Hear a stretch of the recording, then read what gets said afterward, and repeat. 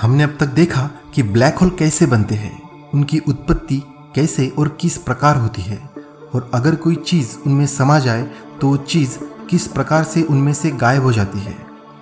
अगर आपने हमारे ब्लैक होल से जुड़े पिछले वीडियोस नहीं देखे हैं तो ऊपर दिए गए आई बटन पे क्लिक करें, वे देख लें और फिर इस वीडियो को आकर देखें। एनीवे, अब हम आगे बढ़ते हैं। ब्लैक होल के बारे में इतना सब जानने के बाद आपके मन में एक सवाल ज़रूर आया होगा कि इतनी सारी जो चीज़ें ब्लैक होल में समा जाती है, आखिर उन सब चीज़ों का होता क्या है?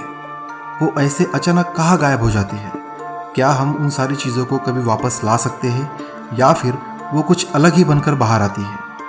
ये और ऐसे कई अन्य सवाल आपकी ही तरह अनेक वैज्ञानिकों के दिमाग में घूम रहे थे, और इन सब में अगर कोई सबसे पहला नाम आता है तो वो आता है स्टीफन हॉकिंग का।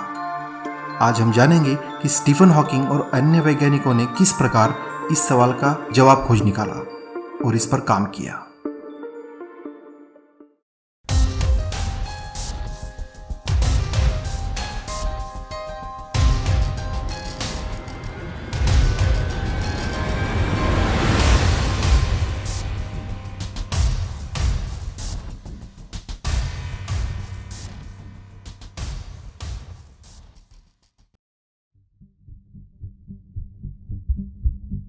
ब्लैक होल के बारे में स्टीफन हॉकिंग की सबसे पहले खोज थी एरिया थ्योरम, जिसमें उन्होंने बताया कि जब दो ब्लैक होल्स आपस में टकराते हैं या फिर समा जाते हैं तब तैयार हुए बड़े ब्लैक होल का इवेंट होराइजन उन पहले के दो ब्लैक होल के इवेंट होराइजन से बड़ा रहता है। इसका मतलब जब जब ब्लैक होल में कोई चीज़ समा जाती है तब तब ब्लैक होल के इवेंट होराइजन का एरिया बढ़ जाता है।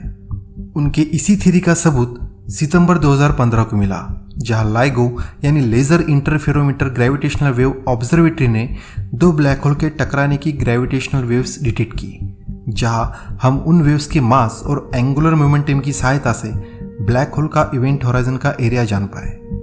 इसके बाद वैज्ञानिक ब्रैंडन कार्टर, जिम बार्डिन और स्टीफन हॉकिंग ने सरफेस ग्रेविटी का कंसेप्ट खोज निकाला, जो कि ऐसा पैरामीटर था जो ब्लैक होल की ग्रेविटेशनल फील्ड की स्ट्रेंथ मेजर करता है।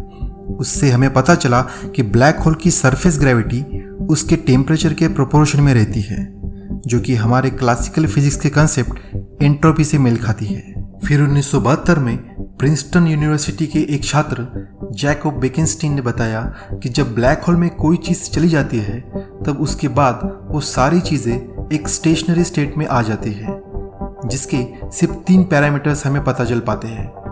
उस चीज़ का मास, एंगुलर मोमेंटम यानी कि रोटेशन, और इलेक्ट्रिक चार्ज। यानी कि जब कोई चीज़ ब्लैक होल में समा जाती है तो उसके बाद उस चीज़ का पहले वाला सारा वजूद मिट जाता है और बचता है तो सिर्फ उसका मास, एंगुलर मोमेंटम और चार्ज।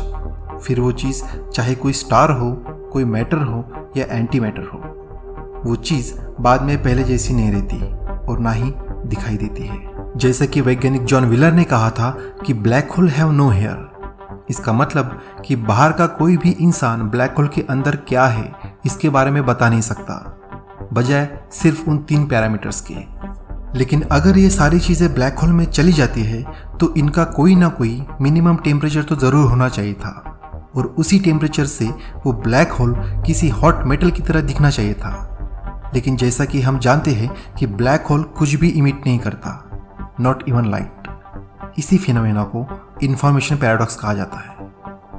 1974 तक कई सारे वैज्ञानिकों ने इस इंफॉर्मेशन पैराडॉक्स को सॉल्व करने का प्रयास किया, लेकिन उन्हें असफलता ही हाथ लगी। बाकी लोगों की तरह स्टीफन हॉकिंग भी तब तक यही समझते थे कि ब्लैक होल कुछ भी इमिट नहीं करता, लेकिन यही सवाल उन्हें काफ़ी परेशान करता था।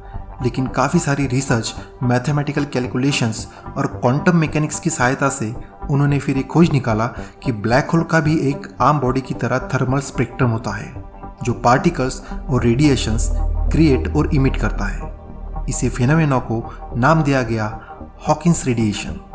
आसान भाषा में कहे तो ब्लैक होल्स अपने अंदर से हॉकिंस रेडिएशन इमिट करते हैं, और उन्हीं की ये थ्योरी बाद में बाकी के साइंटिस्ट ने अलग अलग अप्रोच से सही भी ठहराई। इन शॉर्ट, ब्लैक होल में जाने वाली सारी चीज़ें, तारे, ग्रह, लाइट, स्पेसक्राफ्ट इत्यादि हॉकिंस रेडिएशन के रूप में बाहर निकलते हैं, जो उनकी पहले वाली स्टेट से पूरी तरह से अलग होते हैं। और इसी प्रकार स्टीफन हॉकिंग ने उस सबसे बड़े सवाल का जवाब खोज निकाला जो हमें बार बार सताता था। और क्या पता उनकी यही खोज आगे जाकर ब्रह्मांड के अन्य कई रहस्यों से पर्दा उठा देगी।